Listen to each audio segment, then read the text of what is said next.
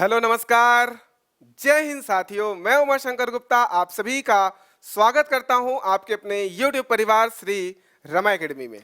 साथियों, आज के इस सेशन में हम लोग परमाणु संरचना एटॉमिक स्ट्रक्चर को विस्तार से पढ़ने वाले हैं। ठीक, इसके पहले हमने केमिस्ट्री की श्रृंखला शुरू की हुई है। एक लेक्चर आ चुका है, जिन साथियों ने नहीं देखा है उसे सबसे पहले देखिए। उसके बाद एक एमसीक्यूज का लेक्चर है, उसे भी देखिए और यहाँ कंटिन्यू करिए। ठीक है, आज हम लोग क्या पढ़ेंगे? आज हम लोग पढ़ेंगे अणु, परमाणु एवं परमाणु संरचना, molecule, atom and atomic structure. इन पर विस्तार से चर्चा करने वाले हैं। बेसिकली हम यह देखने वाले हैं कि एटम दिखते कैसे हैं। क्लियर? तो आइए पहले समझते हैं एटम होता क्या है। तो साथियों, परमाणु किसी तत्व का वह सूक्ष्म कण जो स्वतंत्र अवस्था में नहीं पाया जाता है। परमाणु हमारे एनवायरनमेंट में जो भी वस्तुएं दिखाई दे रही हैं साथियों, हम और आप भी ये सब के सब परमाणुओं से बने हैं। परमाणु जो कि सबसे छोटी इकाई है, इसी से मिल मिल करके अणु बने हैं, अणुओं से मिल मिल करके यौगिक बने हैं और फिर पदार्थों का निर्माण हुआ है, मैटर का निर्माण हुआ है। क्या मैंने बोला? मैंने बोला कि सबसे पहले परमाणु, सबसे पहले परमाणु, परमाणु से बने हैं अणु और अणुओं से बने हैं यौगिक। समझते चलिए। परमाणु मतलब कि एटम। साथियों, हम लोगों को 118 एटम पता है। आपको ये पीरियोडिक टेबल दिख रहा है, इसको अरेंज किया गया है। ये जितने भी तत्व हैं यह स्वतंत्र अवस्था में नहीं पाए जाते हैं, बशर्ते ये लास्ट वाले ग्रुप के, ये स्वतंत्र अवस्था में पाए जाते हैं। क्यों पाए जाते हैं इसका भी कारण है, आगे बताऊंगा। इतना समझिए कि इनका अष्टक पूरा होता है। ये किसी और एलिमेंट से रिएक्शन करके, क्रिया करके नया पदार्थ या नया मॉलिक्यूल या नया यौगिक नहीं बनाते हैं, बाकी ये सब बनाते हैं। तो हमारे साइंटिस्ट लोगों ने क्या किया? इन 118 एलिमेंट्स को, इन 118 तत्वों को, इन 118 परमाणुओं को सबसे पहले खोजा, नाम दिया और उसे अरेंज किया। इसी को बोलते हैं मॉडर्न पीरियोडिक टेबल। इसके पहले मेंडलीफ ने दिया, तो हम लोग इसके बारे में चर्चा अगले लेक्चर में करेंगे बहुत आराम से, जब हम लोग आवर्त सारणी पीरियोडिक टेबल को पढ़ेंगे। अभी मैं क्या बता रहा हूं, ये सारे एलिमेंट तत्व हैं, ये परमाणु हैं जो कि स्वतंत्र अवस्था में नहीं पाए जाते। ये आपस में जुड़ जुड़ करके पदार्थों का निर्माण करते हैं। क्लियर? तो मैंने क्या समझाया? सबसे छोटी इकाई परमाणु, परमाणु जुड़ जुड़ के अणुओं का निर्माण करेंगे। तो परमाणु के एग्जाम्पल क्या हो गए? जो मैंने ये सारे तत्व बताए, ये सारे एलिमेंट क्या हैं? परमाणु हैं। तो इसमें जैसे हाइड्रोजन, हीलियम, लिथियम, ये सब आपके परमाणु हैं। 118 परमाणुओं की खोज हो चुकी है, आगे खोज चल रही है। अणु क्या है? दो परमाणु आपस में मिलके अणु बनाते हैं, जैसे कि O2, N2। ये इस तरीके के जो आपको दिखाई देंगे, ये मॉलिक्यूल्स क्या कहलाएंगे? अणु कहलाएंगे। ठीक। अगर मैं यौगिक की बात करूं तो यौगिक क्या है? दो या दो से अधिक परमाणुओं या अणुओं से मिलकर के जो बना कंपाउंड है उसे यौगिक कहलाते हैं, उसे यौगिक कहते हैं। जैसे कि H2O, H2SO4 एंड ETC। क्या अंतर है? अणु क्या है? सेम परमाणु है, यहां पर देख पा रहे हो, वहां पर सेम परमाणु आपस में जुड़े हैं। लेकिन यहां यौगिक क्या है? कंपाउंड क्या है? यहां अणु, परमाणु, जैसे H2 है, ये एक अणु है, ऑक्सीजन एक परमाणु है, दोनों जुड़ के कंपाउंड यौगिक का निर्माण कर रहे हैं। और मैंने आपको पहले लेक्चर में बताया था यौगिक क्या होते हैं, जो कि रेशो इनका क्या होगा? रेशो फिक्स होगा, अनुपात इनका फिक्स होगा। अगर अनुपात फिक्स नहीं है तो वो मिश्रण कहलाएंगे, मिक्सचर कहलाएंगे।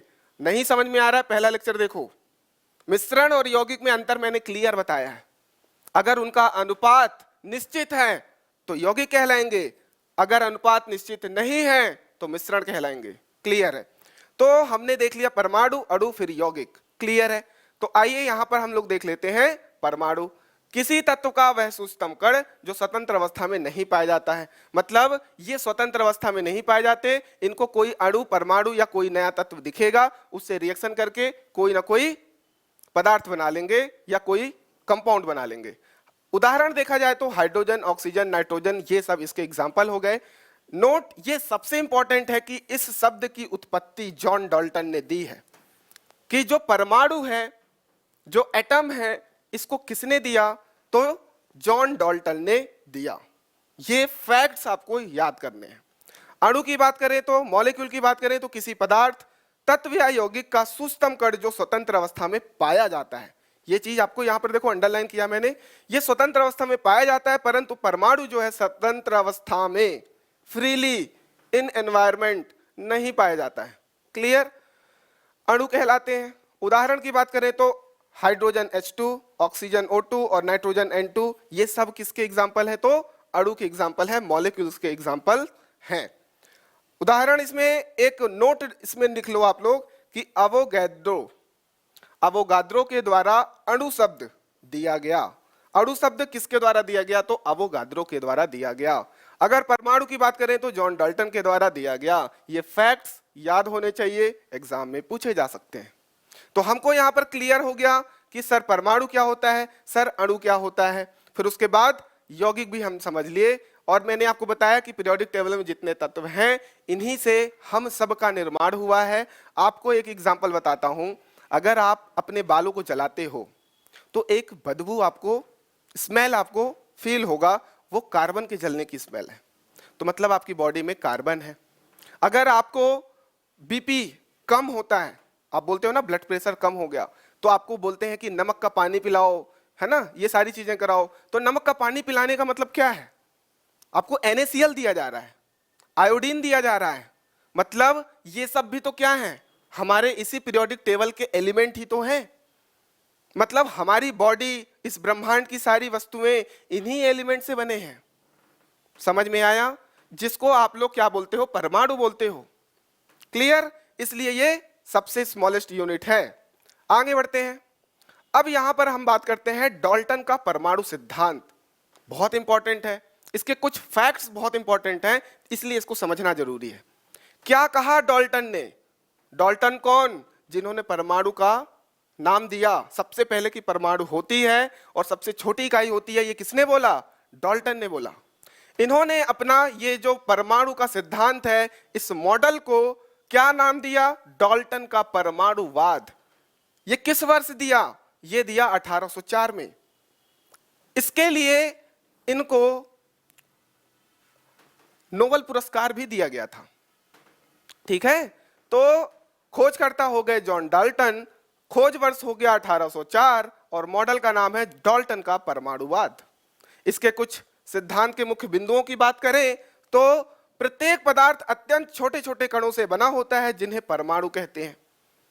सारे पदार्थ जो हैं, जो मैंने लास्ट लेक्चर में मैटर पढ़ाया था, मैंने बताया था कि जितने भी पदार्थ आपको दिखाई दे रहे हैं, जिनकी हमने भौतिक अवस्थाएं देखी थी, 5 भौतिक अवस्थाएं थी, ठोस, द्रव, गैस। उसके बाद हमने 2 और देखे थे, प्लाज्मा और बोस-आइंस्टीन कंडेंसेट। ये भौतिक आधार पर हमने उनका वर्गीकरण किया था। उसी तरीके से हमने रासायनिक आधार पर किया था कि एक होता है शुद्ध पदार्थ, एक होता है अशुद्ध पदार्थ, और उसको भी हमने क्लासिफाइड किया था।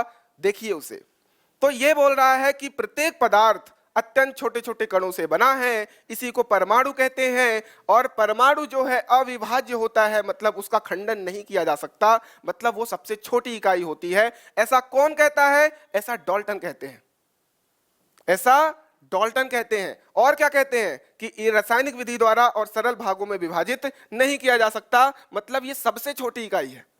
जो कि ये कहीं किसी हद तक गलत हो गया, क्योंकि हमको आज ये पता है कि परमाणु के अंदर 35 से भी ज्यादा चीजें हैं, और परमाणु मुख्यतः 3 बड़े चीजों से बना है, इलेक्ट्रॉन, प्रोटॉन और न्यूट्रॉन। अभी चर्चा करेंगे। तो अभी इनकी ये जो स्टेटमेंट्स हैं वो आपको याद रखना है। ठीक? परमाणु अविनाशी है, मतलब जिनका विनाश नहीं हो सकता। परमाणु को ना उत्पन्न कर सकते हैं और ना ही विनाश कर सकते हैं। ऐसे स्टेटमेंट कौन दिया है? डाल्टन ने दिया है। क्लियर? 2 परमाणु आपस में मिलकर के संयुक्त परमाणु का निर्माण करते हैं, मतलब परमाणु प्लस परमाणु, 2 एटम आपस में जुड़ करके, 2 परमाणु आपस में जुड़ करके संयुक्त परमाणु का निर्माण करते हैं। ये आपको याद रखना है। यही किसने दिया? ये सारे के सारे पॉइंट्स डाल्टन ने दिया। यहीं पर एक मुख्य बात याद करने की योग्य मैंने आपको बताया है कि भारतीय रसायन विज्ञान के जन्मदाता महर्षि कणाद हैं। अगर इसमें आए कि भारतीय रसायन विज्ञान के जन्मदाता कौन है, तो आपको नाम देना है महर्षि कणाद। क्लियर है? महर्षि कणाद, जिनके नाम कणाद, उन्हीं से कणों की उत्पत्ति, कण की व्याख्या की गई कि सबसे छोटी इकाई कण है, और इसी कण को डाल्टन ने परमाणु नाम दिया था। इसी कण को जो डाल्टन ने परमाणु नाम दिया था। तो आपको गर्व होना चाहिए हमारे वैज्ञानिकों पर, पहले ही दे चुके हैं, बस वही है कि कॉपीराइट पेटेंट नहीं करवा पाए, है ना। तो आगे बढ़ते हैं, इसे नोट कर लीजिए। अब हम लोग बात करते हैं परमाणु की संरचना, एटॉमिक स्ट्रक्चर, कि एटम दिखता कैसा है। मैंने आपको बताया कि आधुनिक खोजों के आधार पर अब तक परमाणु में 35 से अधिक सूक्ष्म कण हैं। मैंने यही बताया अभी कि परमाणु इकलौता सबसे छोटा इकाई नहीं है, वो भी 35 कणों से बना है, 35 से ज्यादा कणों से मिलकर के बना है।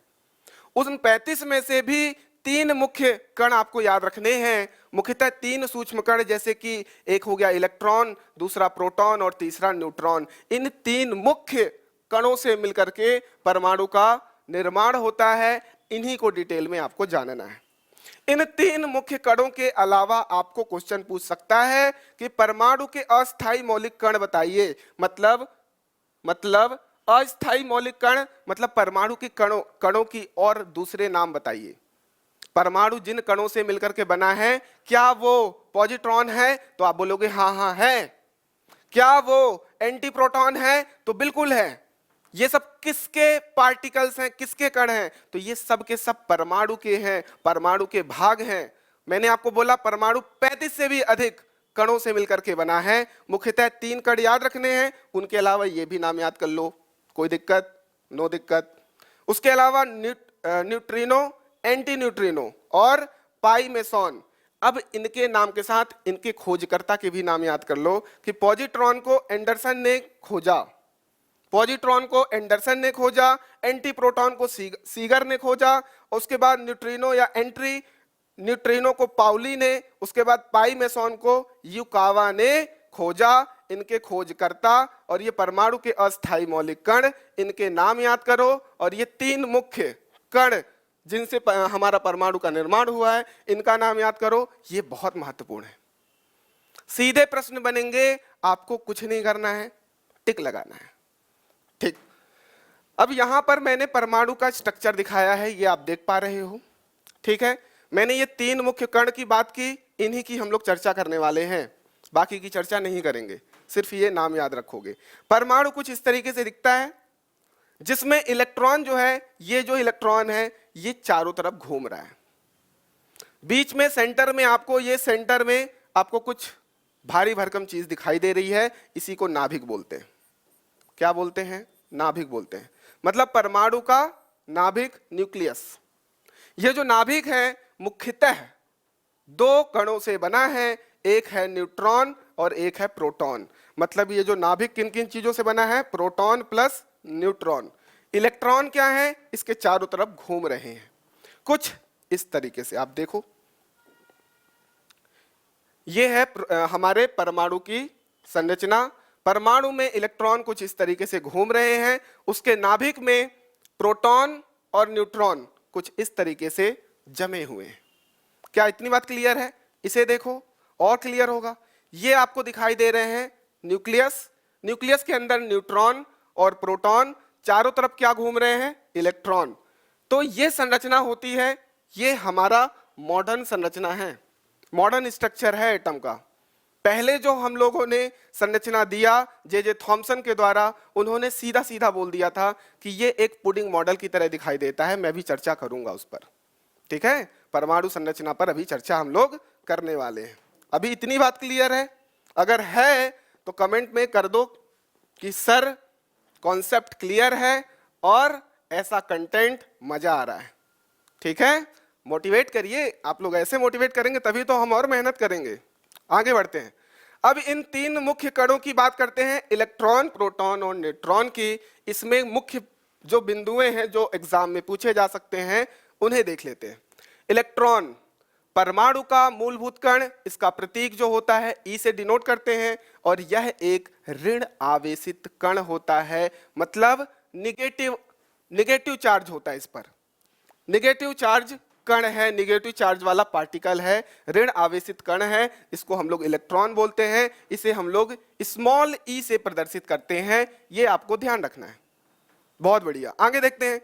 जिस पर 1.6 इंटू 10 की पावर -19 कूलाम ऋण आवेश होता है, मतलब आवेश चार्ज इस एक पार्टिकल पर कितना होता है, अगर ये प्रश्न पूछ ले, जो कि पूछा गया है, मैं आपको क्वेश्चन जब कराऊंगा ना बताऊंगा, पूछा गया है 1.6 इंटू 10 की पावर -19 कूलाम चार्ज इस पर होता है, आवेश होता है।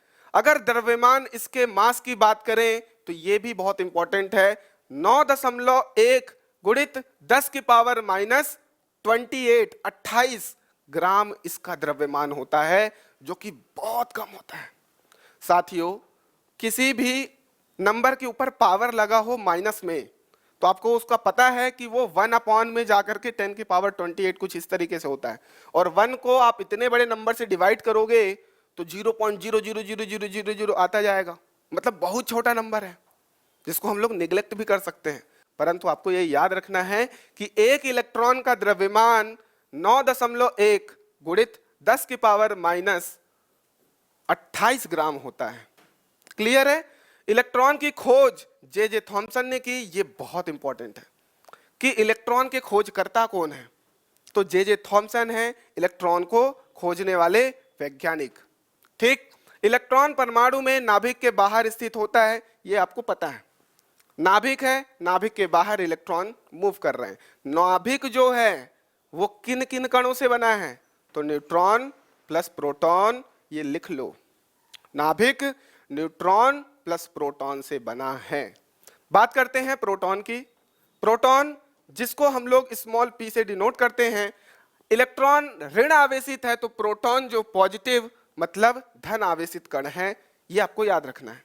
इस तरीके से परमाणु जो है ऋणावेशित और धनावेशित कणों से आपस में बैलेंस हो जाता है। क्लियर है? जितना ऋण आवेश है उतना ही धन आवेश है, और इस तरीके से ये बैलेंस हो जाता है। क्लियर?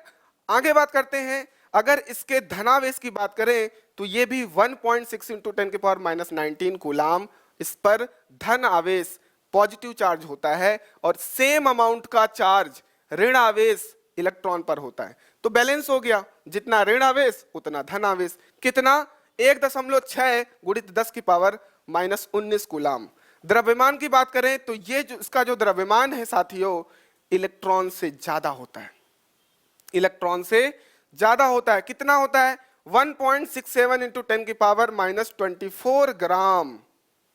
1.67 इंटू 10 की पावर -24 ग्राम सामान्यतः हाइड्रोजन के बराबर होता है।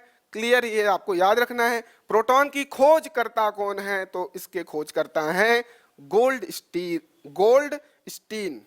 इसके खोजकर्ता जे थॉमसन, इसके खोजकर्ता गोल्डस्टीन। ये नाम याद रखना है, पूछ सकते हैं। प्रोटॉन परमाणु के नाभिक में स्थित होता है, तो मैंने आपको बार बार बोला, प्रोटॉन न्यूट्रॉन नाभिक में, इलेक्ट्रॉन चारों तरफ। अब हम लोग इलेक्ट्रॉन प्रोटॉन पढ़ लिए, अब बात करते हैं न्यूट्रॉन की। तो न्यूट्रॉन भी परमाणु का मूलभूत कण है, जिसे स्मॉल n से डिनोट करते हैं। इस पर आवेश की बात करें तो कोई आवेश नहीं होता है, ये न्यूट्रल होता है। उधर बात हो गई negative charge, positive charge, balance हो गया। अब जो कण है वो न्यूट्रल है, मतलब ना तो धनावेश ना तो ऋणावेश, कोई चार्ज नहीं है। तो ये भी आपको याद रखना है, विद्युत आवेश इस पर कुछ भी नहीं होता है। द्रव्यमान की बात करें तो 1.67 इंटू 10 की पावर -24 ग्राम, जो कि प्रोटॉन के द्रव्यमान के बराबर होता है। मतलब जो न्यूक्लियस है ना सर, जो कि न्यूक्लियस दो चीजों से बना है, प्रोटॉन और न्यूट्रॉन, दोनों का द्रव्यमान बराबर होता है। प्रोटॉन का द्रव्यमान जितना है न्यूट्रॉन के द्रव्यमान के बराबर होता है। वह कितना होता है? 1.67 इंटू 10 की पावर -24 ग्राम होता है। याद कर लो। अगर खोजकर्ता की बात करें तो चैडविक नाम याद रखना है कि न्यूट्रॉन को खोज करने वाले वैज्ञानिक का नाम चैडविक है। क्लियर? ये सारे एग्जाम्पल्स, ये सारे क्वेश्चंस पूछे गए हैं चाहे वो एमपी पटवारी हो, चाहे वो एमपीएसआई हो, चाहे वो वन रक्षक हो, चाहे एमपीपीएससी हो, ये सब आपको याद करते चलना है। अगर साइंस में डर खत्म करना है तो आपको थोड़ा मेहनत करनी पड़ेगी। मैं इधर मेहनत कर रहा हूं, आप उधर मेहनत करो, नोट डाउन करो, पढ़ाई करो, रिवाइज करो, नोट्स बनाओ, एमसीक्यूज की प्रैक्टिस करो, तभी सक्सेस मिलेगा साथियों। अदरवाइज झुंझुना हिलाते रहना। चलो, ये देख रहे हो, ये हो गया पॉजिटिव। न्यूक्लियस जो है, नाभिक जो है, वो क्या हो गया सर? पॉजिटिव हो गया, पॉजिटिव चार्ज हो गया, धनावेश हो गया। क्यों हो गया? क्योंकि सर जो नाभिक है वो प्रोटॉन और न्यूट्रॉन से मिलकर के बना है। न्यूट्रॉन पर तो कोई चार्ज नहीं है, परंतु प्रोटॉन धनावेशित है, तो नाभिक हमेशा धनावेश हो गया। आपको ये भी प्रश्न पूछ सकता है।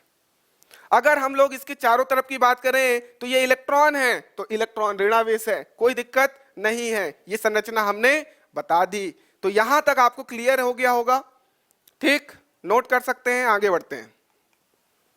अब बात करते हैं एटॉमिक नंबर की, परमाणु संख्या की और परमाणु के द्रव्यमान का, कि एक परमाणु का द्रव्यमान कितना होता है। जो हमने अभी पीरियोडिक टेबल दिखाई थी, अलग अलग परमाणुओं का अलग अलग परमाणु क्रमांक होगा, अलग अलग द्रव्यमान होगा, तो उस पर हम लोग चर्चा कर लेते हैं। सबसे पहले एटॉमिक नंबर क्या होता है, परमाणु संख्या क्या होता है। तो परमाणु संख्या की खोज है ना साथियों, किसने की? मोसले ने की 1913 में।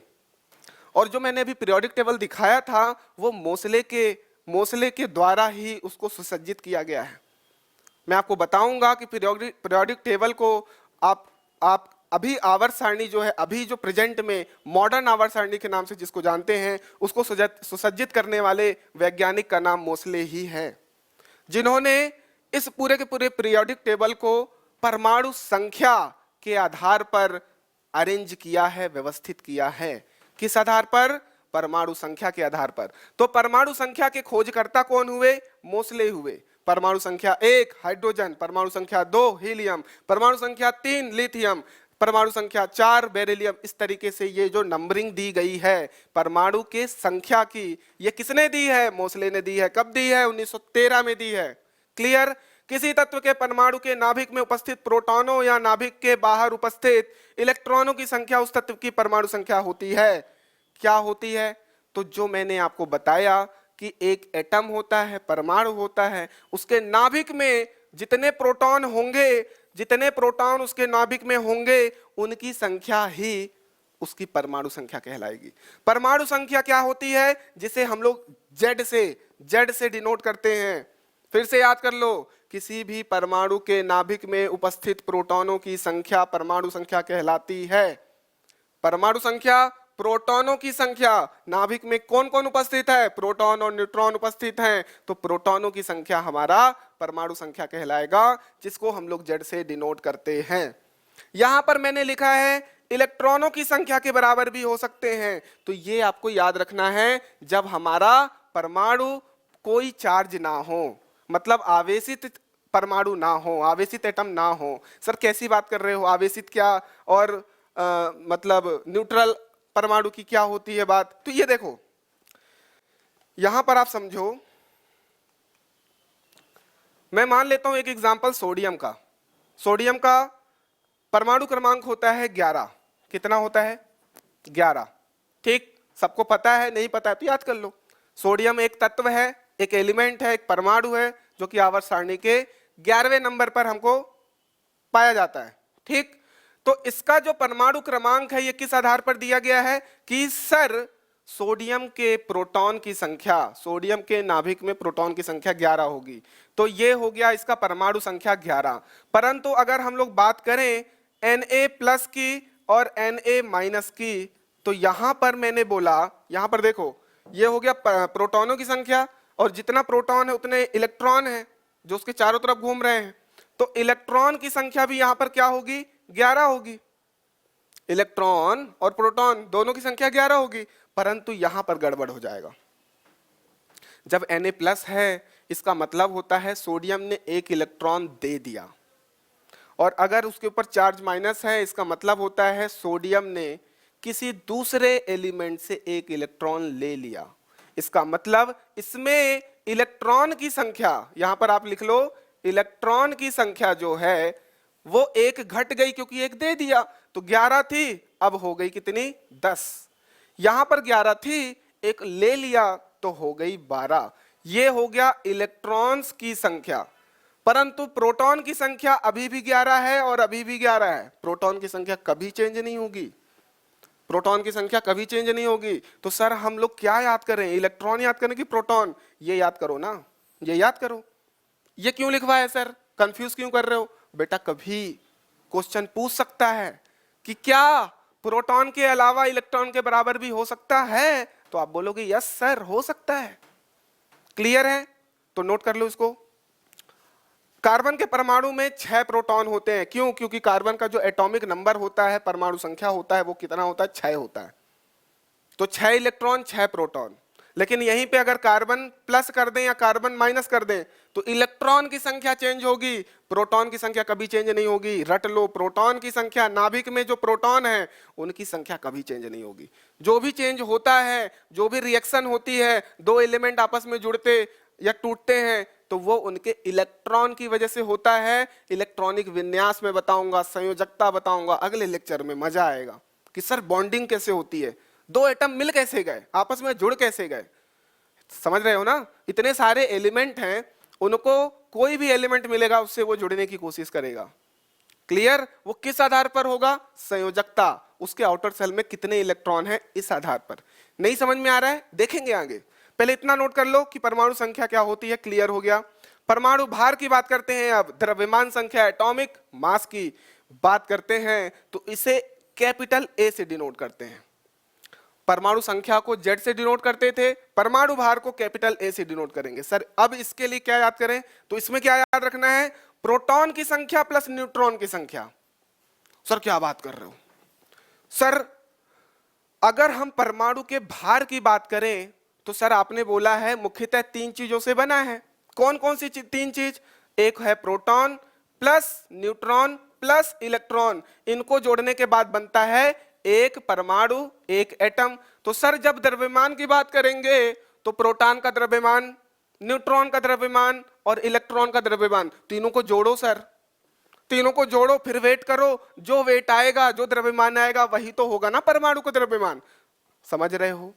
तो बिल्कुल सही बोल रहे हो आप कि सर जितने प्रोटॉन हैं उनका द्रव्यमान, किसी परमाणु में जितने प्रोटॉन हैं उनका द्रव्यमान, जितने न्यूट्रॉन हैं उनका द्रव्यमान, जितने इलेक्ट्रॉन हैं उनका द्रव्यमान, सभी के द्रव्यमान को जोड़ दो तो एक एटम का द्रव्यमान आएगा कि नहीं आएगा? हाँ आएगा।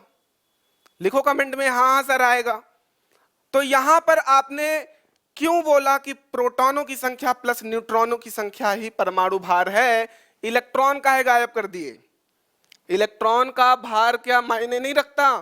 तो साथियों इन दोनों के भार के कंपेयर में इलेक्ट्रॉन का जो भार है वह बहुत कम है। कितना? बहुत कम। आपको बताया था मैंने कितना?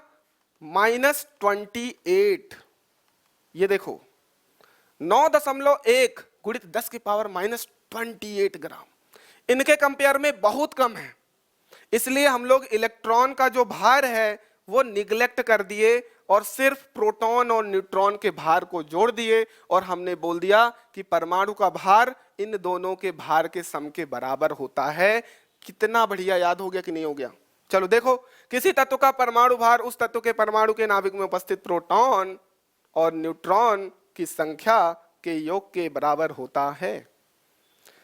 इसलिए परमाणु का द्रव्यमान उसके नाभिक में स्थित होता है। यह प्रश्न बना है, परमाणु का द्रव्यमान कहां स्थित होता है? नाभिक में, उसके चारों तरफ। समझ गए? तो आपको लिखना है नाभिक में। गुड। उदाहरण की बात करते हैं तो हीलियम में, हीलियम जिसका परमाणु क्रमांक 2 होता है, तो हीलियम में 2 प्रोटॉन प्लस 2 न्यूट्रॉन उपस्थित होते हैं। 2 प्रोटॉन प्लस 2 न्यूट्रॉन, वो दोनों जुड़ के आपने याद किया होगा हीलियम का परमाणु भार 4 होता है। हीलियम का परमाणु भार 4 होता है। 4 क्यों हुआ? 2 प्रोटॉन है, 2 न्यूट्रॉन है, तो 2 + 2 4 होता है। हीलियम का द्रव्यमान क्लियर है, कोई दिक्कत? नो दिक्कत। आगे बढ़ते हैं। अगर हम लोग डिनोट किस तरीके से रिप्रेजेंट करें किसी एटम को, तो आपको इस तरीके से रिप्रेजेंट करना है। किसी एटम को एक्स से डिनोट कर दिया हमने, उसका नाम जैसे सोडियम है, ये से सोडियम है, इसकी जगह हमने एक्स रखा है। एक्स की वैल्यू कुछ भी हो सकती है, 118 एलिमेंट में से कुछ भी रख लो। अब यहां पर Z लिखा है, यहां पर A लिखा है। अभी आपने बताया सर Z को परमाणु क्रमांक बोलते हैं, A को एटॉमिक भार बोलते हैं, मतलब परमाणु का द्रव्यमान। तो हमको अगर डिनोट करना हुआ तो इस तरीके से डिनोट करेंगे। अभी हमने बात की कार्बन की, या सोडियम देख लो, सोडियम का होता है कितना, परमाणु क्रमांक होता है 11, परमाणु भार होता है 23, तो हमने सोडियम को इस तरीके से डिनोट कर दिया। यहां कार्बन देख सकते हो, कार्बन का जो परमाणु क्रमांक है वो है 6 और परमाणु भार है जो 12। भार, द्रव्यमान, ये इस तरीके से हमको किसी एटम को डिनोट करना होता है, रिप्रेजेंट करना होता है परमाणु क्रमांक और परमाणु भार के आधार पर। ये आप नोट कर लो। आगे बढ़ते हैं। अब हम लोग बात करते हैं समस्थानिक, संभारिक और सम न्यूट्रॉनिक की, कि आइसोटोप क्या होता है सर, आइसोबार्स क्या होता है और आइसोटोन्स क्या होते हैं। ये बहुत इंपॉर्टेंट है, प्रश्न ये इस वाले चैप्टर में यहीं से पूछे जाते हैं सबसे ज्यादा।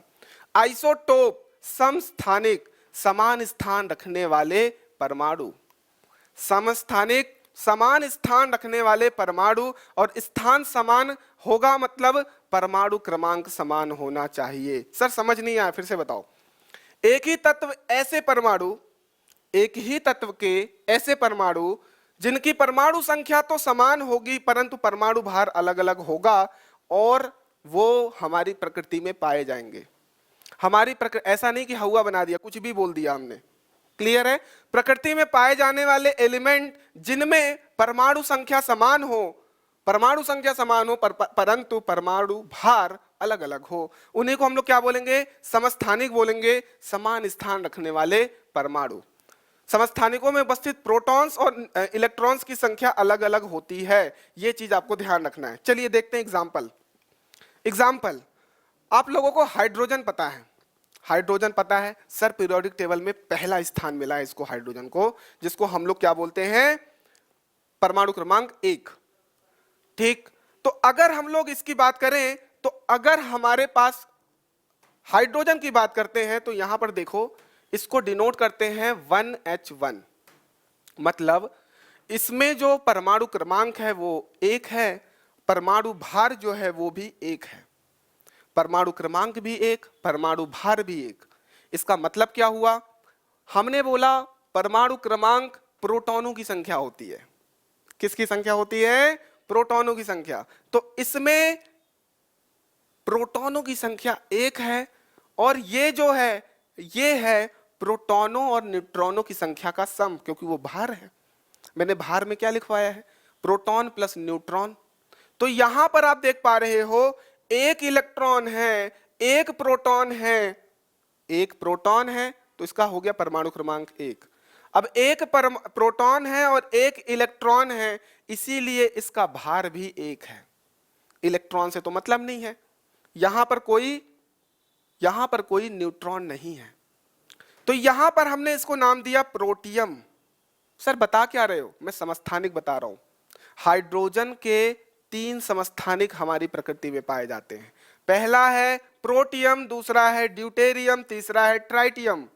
सर अंतर क्या है, अंतर यही है साथियों कि तीनों का जो परमाणु क्रमांक है वह तो 1 है, परंतु परमाणु भार जो है पहले का 1 है, दूसरे का 2 है और तीसरे का 3 है। इसी आधार पर इसका नाम प्रोटियम, इसका नाम ड्यूटेरियम और इसका नाम ट्राइटियम है। प्रश्न कैसे बनेगा कि हाइड्रोजन के कितने समस्थानिक पाए जाते हैं प्रकृति में, तो आप बोलोगे 3। प्रश्न कैसे बनेगा, इनमें से कौन सा हाइड्रोजन का समस्थानिक नहीं है, ए प्रोटियम, बी ड्यूटेरियम, सी ट्राइटियम और डी में कुछ और नाम दे दिया, तो आपको डी लगाना है, क्योंकि ये तीनों तो इसके समस्थानिक हैं। समस्थानिक क्या होता है सर, समस्थानिक वे पदार्थ, वे परमाणु होते हैं जिनमें परमाणु क्रमांक सेम हो परंतु परमाणु भार अलग अलग हो, उन्हीं को हम लोग उस एलिमेंट का समस्थानिक कहेंगे। यहाँ पर हाइड्रोजन के 3 समस्थानिक हैं, अगर हाइड्रोजन का परमाणु क्रमांक चेंज कर देंगे तो साथियों एलिमेंट चेंज नहीं हो गया, इसलिए परमाणु संख्या सेम परमाणु भार अलग अलग। तो इसलिए हमने 1H1 को बोल दिया प्रोटियम, 1H2 को बोल दिया ड्यूटेरियम, 1H3 को बोल दिया ट्राइटियम। यहां पर आपको याद रखना है कि सर ये जो ऊपर रहता है ये परमाणु भार है। परमाणु भार जो है वो न्यूक्लियस के भार के बराबर होता है, और न्यूक्लियस जो है सर वो P और N मतलब प्रोटॉन और न्यूट्रॉन के सम के बराबर होता है। यहां पर प्रोटॉन की संख्या 1 है, न्यूट्रॉन की संख्या 2 है, इनका सम 3 हुआ, इसलिए भार 3 हुआ। यहां प्रोटॉन 1 है, न्यूट्रॉन 1 है, 1 + 1 2 हो गया। यहां पर सिर्फ एक प्रोटॉन है, इसलिए परमाणु भार 1 हो गया। आई होप क्लियर हो गया। अगर क्लियर हो गया है तो कमेंट में लिख दो बच्चों क्रिस्टल क्लियर हो गया है, और हम आगे बढ़ते हैं।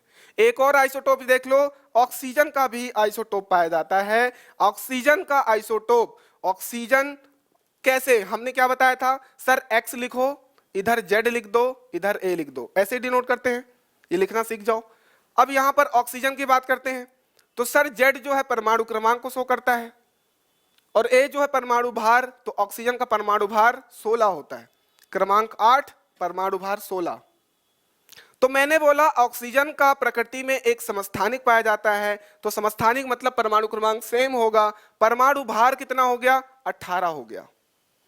सर यहां पर हमने बात की कि 8 जो शो कर रहा है ये प्रोटॉन की संख्या है, और ये जो 16 शो कर रहा है ये प्रोटॉन प्लस न्यूट्रॉन की संख्या है कि नहीं है। यहां पर 8 जो है प्रोटॉन की संख्या है, और ये प्रोटॉन प्लस न्यूट्रॉन की संख्या है। तो अगर हमने 8 में से 8 माइनस कर दिया, 18 में से 8 माइनस कर दिया तो 10 बचा। तो 10 क्या है, वो न्यूट्रॉन है। 16 में से 8 माइनस करोगे तो 8 बचेगा, 8 क्या है, न्यूट्रॉन है। समझोगे। तो यहां पर ऑक्सीजन के 2 आइसोटोप मिल गए, एक हो गया 8 वाला 16 मॉलिक्यूलर मास वाला, और एक 18 मॉलिक्यूलर मास वाला। इसे नोट कर लोगे, इसमें न्यूट्रॉन 8 हैं, इसमें न्यूट्रॉन 10 हैं। यहां पर क्लियर आप देख पा रहे हो। 18 में से 8 माइनस करोगे तो 10 आएगा कि नहीं आएगा, इतने न्यूट्रॉन हैं। क्लियर। आगे बढ़ते हैं, संभारिक की बात करते हैं। आइसोबार्स, भिन्न भिन्न तत्वों के ऐसे परमाणु जिनके परमाणु द्रव्यमान समान हो। अभी हम लोग क्या बात कर रहे थे, परमाणु क्रमांक समान होगा। अब इसमें संभारिक में परमाणु द्रव्यमान सेम होगा, तो हम बोलेंगे उस एलिमेंट का संभारिक कहलाएगा। संभारिक जो है भौतिक एवं रासायनिक गुण अलग अलग होते हैं, भौतिक गुण भी अलग, रासायनिक गुण भी अलग। अगर संभारिक की बात कर रहे हैं, उदाहरण की बात करें तो यहां पर आप देख पा रहे हो, ऑर्गन हमने लिया,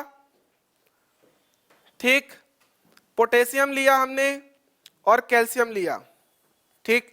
इसका परमाणु क्रमांक 18, इसका परमाणु क्रमांक 19, इसका परमाणु क्रमांक 20। यहां पर देखो सब में क्या लिखा है, 18, 19, 20, जो जेड से डिनोट करते हैं एटॉमिक नंबर। तो यहां सेम क्या है, ऊपर वाला 40, ये 40 और ये 40। सर ये सेम कैसे हो गया, ये परमाणु भार किससे डिनोट करते हैं हम लोग, परमाणु भार मतलब क्या सर, नाभिक में प्रोटॉन और नाभिक में न्यूट्रॉन की संख्या को जोड़ दो, वही परमाणु भार है। तो ये देखो इसके नाभिक में 18 प्रोटॉन है और 22 न्यूट्रॉन है, इसके नाभिक में 19 प्रोटॉन है, 21 न्यूट्रॉन है, इसके नाभिक में 20 प्रोटॉन है, 20 न्यूट्रॉन है। सर याद कैसे करें साथियों, अगर आपको परमाणु क्रमांक तो देखो याद करना पड़ेगा, परमाणु क्रमांक 30 तक याद कर लो, पीरियोडिक टेबल समझाऊंगा ना और क्लियर होगा। परमाणु क्रमांक अपने रूम में एक पीरियोडिक टेबल चिपकाओ बढ़िया, ठीक, और 30 तक परमाणु क्रमांक तो याद कर लो। अब 18 परमाणु क्रमांक किसका होता है, ऑर्गन का होता है। ये 18 जो है ये किसको शो कर रहा है सर, प्रोटॉन को शो कर रहा है, और ये 40 जो शो कर रहा है किसको शो कर रहा है, प्रोटॉन प्लस न्यूट्रॉन को शो कर रहा है। तो 40 में से 18 माइनस करोगे तो कितना बचेगा, 22 बचेगा। तो देखो ना प्रोटॉन दोनों में कॉमन है, 18 प्रोटॉन हो गया, 22 जो बच रहा वही न्यूट्रॉन है। ऐसे इसमें करोगे, 40 में से 19 माइनस करोगे तो 21 न्यूट्रॉन आएगा, और 19 क्या शो कर रहा है, प्रोटॉन की संख्या। यहाँ नीचे 20 है, ये देखो 20 प्रोटॉन है, 40 में से 20 माइनस कर दिए तो 20 न्यूट्रॉन हो गए। इस तरीके से आप निकाल भी सकते हो, ये बहुत इजी तरीका है। तो इस तरीके से हम बोल सकते हैं कि जो ऑर्गन है, पोटेशियम है, कैल्शियम है, ये एक दूसरे के संभारिक हैं, ठीक, इसे नोट कर लो। यहां पर इसका भौतिक गुण, रासायनिक गुण इससे इससे अलग अलग होगा। इन तीनों का भौतिक रासायनिक गुण अलग अलग होगा, नोट कर लो। सम न्यूट्रॉनिक की बात करें, आइसोटोन्स की बात करें तो क्लियर पता है यहां नाम से कि न्यूट्रॉनिक, सम न्यूट्रॉनिक जिसमें न्यूट्रॉन्स की संख्या समान हो। न्यूट्रॉन्स की संख्या अगर समान है अलग अलग एलिमेंट में, अलग अलग परमाणुओं में, तो हम बोलेंगे एक परमाणु उस दूसरे परमाणु का सम न्यूट्रॉनिक है। अगर परमाणु संख्या समान, समस्थानिक, परमाणु भार समान, समभारिक। अगर न्यूट्रॉन की संख्या समान है तो हम बोलेंगे सम न्यूट्रॉनिक। एग्जाम्पल देखो,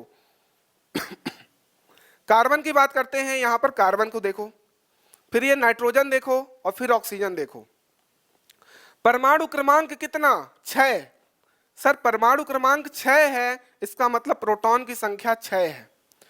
परमाणु क्रमांक 7 है, प्रोटॉन की संख्या 7 है। परमाणु क्रमांक 8 है, मतलब प्रोटॉन की संख्या 8 है। 14 में से 6 माइनस करो, 14 माइनस 6 कितना बचा? 8 बचा कि नहीं बचा? हाँ 8 बच गया। 15 में से 7 माइनस करो, कितना बचा? 8 बचा। 16 में से 8 माइनस करो, कितना बचा? 8 बचा। सर आपने बोल दिया कि ये जो 8 है ये प्रोटॉन है, ये प्रोटॉन है बच्चों, और ये क्या है? 16, ये प्रोटॉन प्लस न्यूट्रॉन है। तो प्रोटॉन प्लस न्यूट्रॉन में से प्रोटॉन माइनस कर देंगे तो बचा क्या? न्यूट्रॉन बचा, 8 न्यूट्रॉन। प्रोटॉन प्लस न्यूट्रॉन में से प्रोटॉन माइनस कर देंगे तो बचा क्या? न्यूट्रॉन। सर 8 है। प्रोटॉन, ये भी हमारा न्यूट्रॉन, सर 8 है। प्रोटॉन प्लस न्यूट्रॉन में से हमने प्रोटॉन को माइनस कर दिया, बच गया क्या? न्यूट्रॉन। सर सब में न्यूट्रॉन की संख्या 8 आ रही है, इसलिए हमने बोल दिया कार्बन, नाइट्रोजन और ऑक्सीजन सम न्यूट्रॉनिक पार्टिकल्स, एलिमेंट, परमाणु हैं। नोट कर लो, उदाहरण कार्बन, नाइट्रोजन, ऑक्सीजन में न्यूट्रॉन की संख्या समान 8 होती है, इसलिए ये सम न्यूट्रॉनिक हैं। आई होप क्लियर है। समस्थानिक, संभारिक और सम न्यूट्रॉनिक। परमाणु संरचना मॉडल की अब हम लोग थोड़ा शॉर्ट में डिस्कस कर लेते हैं कि सबसे पहले परमाणु संरचना कैसी होती है। तो इस बारे में जे थॉमसन ने अपना, किसने? जे थॉमसन ने अपना तरबूज मॉडल, क्रिसमस केक मॉडल दिया था। इसमें उन्होंने बोला कि, और यही जो है परमाणु का पहला मॉडल है जो 1904 में प्रतिपादित किया गया जे थॉमसन के द्वारा। इन्होंने बोला कि जो परमाणु होता है वो एक तरबूज के जैसा दिखता है, जिसमें तरबूज जो बीज धसे होते हैं काले काले कलर के, वो इलेक्ट्रॉन्स हैं, वो इलेक्ट्रॉन्स हैं, और पूरा तरबूज जो है ग्रीन ग्रीन कलर का, वो धनावेशित तरबूज हो गया, आउटर सेल ये धनावेशित हो गया, और ये इलेक्ट्रॉन है जो कि ऋणावेशित हैं। इस तरीके से हमारा परमाणु दिखता है। ऐसा किसने कहा? ऐसा जे थॉमसन ने कहा। इस मॉडल को हमने Christmas cake model, pudding model, तरबूज मॉडल कहते हैं। इसको 1904 में प्रतिपादित किया जे थॉमसन के द्वारा, और ये पहला मॉडल है परमाणु का। अगला हमने देखा रदरफोर्ड का परमाणु मॉडल। तो रदरफोर्ड ने 1911 में इस मॉडल को प्रतिपादित किया, जिसको हमने रदरफोर्ड का मॉडल बना बोला। सर ये मॉडल मॉडल क्यों कर रहे हो? साथियों, ये जो मॉडल्स हम लोग पढ़ रहे हैं, ये परमाणु दिखता कैसा है उस पर ये लोगों ने एक्सपेरिमेंट किया है।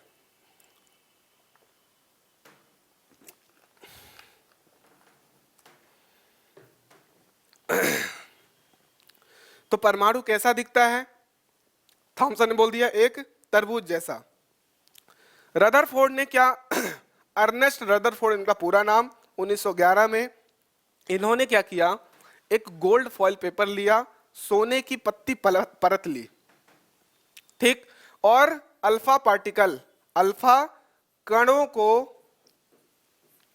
इस स्वर्ण पत्र पर बौछार कर दी। देखो कैसे, ये आपका क्या है? ये स्वर्ण पत्र है, ये स्वर्ण पत्र है, इसमें अल्फा पार्टिकल्स की बौछार कर दी, जिससे कि क्या हुआ? जिससे कि उन्होंने कुछ निष्कर्ष निकाले।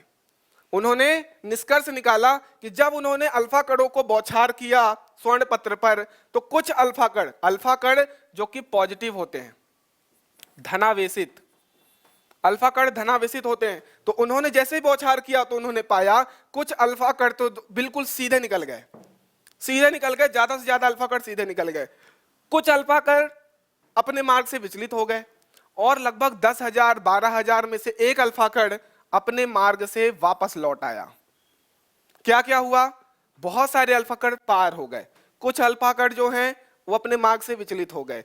12,000 में से एक अल्फा कण अपने मार्ग पर लौट आया। इससे उन्होंने 3 निष्कर्ष निकाला कि जो परमाणु है उसका अधिकतम भाग खाली पड़ा है और अल्फा कण जो है वो धनावेश है, तो विचलन हो रहा है। इसका मतलब इस परमाणु का कहीं ना कहीं नाभिक है जो कि धनावेश है और ज्यादातर खाली हो गया, मतलब ज्यादातर खाली है, इसीलिए तो अल्फा कण बाहर निकल जा रहे हैं।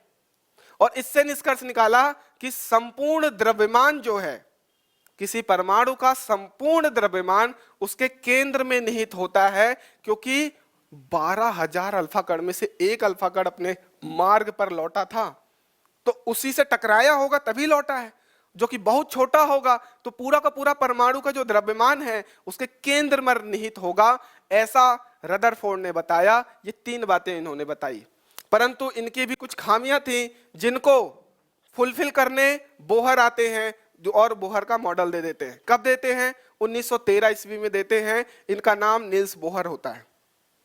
ये कहते हैं कि जो परमाणु है, परमाणु कुछ इस तरीके से दिखता है। नाभिक होता है जो कि धनावेश है, उसके चारों तरफ एक स्पेशल सेल्स हैं, कक्षाएं हैं, जो कि अलग अलग ऊर्जा वाले कक्षाएं हैं, जिनको उन्होंने नाम दिया। पहले को उन्होंने के, एल, एम और एन, ये नाम दे दिया। के, एल, एम, एन, ये कौन से कक्षाओं के नाम है? सेल्स के नाम है। और ये ऊर्जा वाले सेल हैं। इन्हीं सेल में, इन्हीं कक्षाओं में इलेक्ट्रॉन मूव करता है, इसीलिए उसकी ऊर्जा कम नहीं होती है। ऐसा किसने बताया? तो ऐसा बताया बोहर मॉडल ने। ठीक, तो ये मॉडल की मुख्य मुख्य बातें थी, इनको आपको याद रखना है। कोई दिक्कत है तो बताओ, आगे बढ़ते हैं। कुछ इंपॉर्टेंट फैक्ट्स हैं, जैसे कि ऑर्बिटल क्या होता है। ऑर्बिटल यहां पर आप देख पा रहे हो, ये ऑर्बिट्स हैं, सेल्स हैं। तो ऑर्बिटल नाभिक के चारों ओर पाया जाने वाला वह त्रिविम क्षेत्र जहां इलेक्ट्रॉन पाए जाने की संभावना, प्रायिकता होती है, ऑर्बिटल कहलाता है। क्लियर? कक्षा या सेल क्या होता है?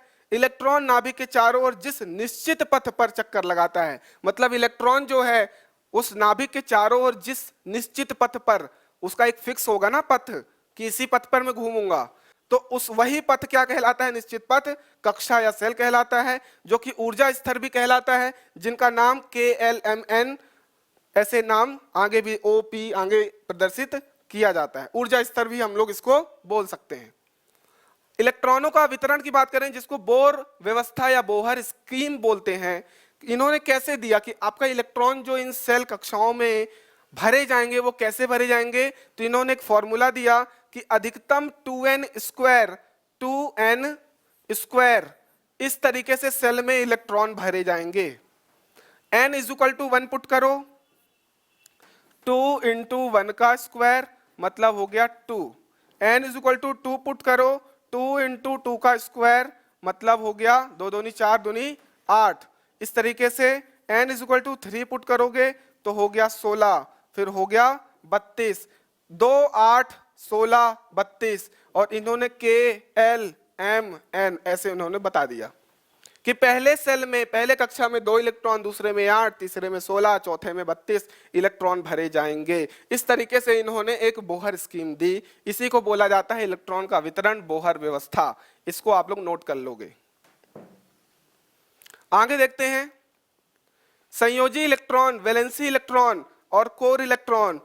कोर इलेक्ट्रॉन क्या कहलाते हैं? संयोजी इलेक्ट्रॉन पहले देख लेते हैं। किसी तत्व के परमाणु की बाह्यतम कक्षा, मतलब जैसे मान लेते हैं ये उसका धनावेश है, इसमें 2 इलेक्ट्रॉन, उसके बाद 8 इलेक्ट्रॉन आपने बताया, और उसके बाद एक लास्ट वाला सेल है जिसमें 1 इलेक्ट्रॉन है, तो हम लोग बोलेंगे इसको सोडियम 11 इलेक्ट्रॉन बोल दिया हमने। 2, 8 और 1 से हमने डिनोट कर दिया। तो बाह्यतम कक्षा में 1 इलेक्ट्रॉन है, तो यही 1 इलेक्ट्रॉन संयोजी इलेक्ट्रॉन कहलाएगा। मतलब किसी परमाणु के बाह्यतम कक्षा में इलेक्ट्रॉन की संख्या संयोजी इलेक्ट्रॉन कहलाती है। कोर इलेक्ट्रॉन की बात करें तो अंदर वाले सेल, जैसे पहला सेल दूसरा सेल, इसमें जितने इलेक्ट्रॉन हैं उनकी संख्या कोर इलेक्ट्रॉन कहलाएगी। मतलब एग्जांपल देखो, मैग्नीशियम का 12 होता है परमाणु क्रमांक, तो इलेक्ट्रॉन की संख्या 12 हो गई, तो कोर इलेक्ट्रॉन हो गए 2 8। मतलब सर 2 8 प्लस 10 हो गए, 12 करना है मतलब 2। बाह्यतम कक्षा में 2 इलेक्ट्रॉन, सबसे अंदर 2 इलेक्ट्रॉन, उसके ऊपर 8 इलेक्ट्रॉन, सर इतने हो गए ये 10 इलेक्ट्रॉन, और उसके बाहर 2 इलेक्ट्रॉन। तो बाह्यतम वाले में 2 है, तो ये हो गया संयोजी इलेक्ट्रॉन। अंदर कितने हैं सर 8 प्लस 2, 2,8, ये हो गए संयोजी इलेक्ट्रॉन। ऐसे ही कैल्शियम का कोर इलेक्ट्रॉन्स कितने हैं 2 8 8, और संयोजी इलेक्ट्रॉन हो गए 2। तो इस तरीके से कोर इलेक्ट्रॉन होते हैं अंदर वाले सेल में जितने इलेक्ट्रॉन्स हैं वो कोर इलेक्ट्रॉन है। बाहर वाले सेल में, सबसे बाहर वाले सेल में जितने इलेक्ट्रॉन होंगे वो संयोजी इलेक्ट्रॉन, वैलेंसी इलेक्ट्रॉन कहलाएंगे। अगले लेक्चर में हम लोग वैलेंसी क्या कहलाती है, संयोजकता क्या कहलाती है, आवर्त सारणी, इन पर डिटेल में चर्चा करेंगे। तो आई होप आज का पूरा लेक्चर आपको क्लियर है। आप हमारे टेलीग्राम ग्रुप से जुड़ जाइए, बाकी के सोशल मीडिया से जुड़ जाइए, ऐप डाउनलोड कर लीजिए, पटवारी का यहाँ टेस्ट सीरीज चल रहा है, डाउनलोड कर लीजिए, आपको पीडीएफ ऐप पर टेलीग्राम पर मिल जाएगी। ठीक, तब तक के लिए स्वस्थ रहिए, मस्त रहिए, प्यार बनाए रखिए। धन्यवाद।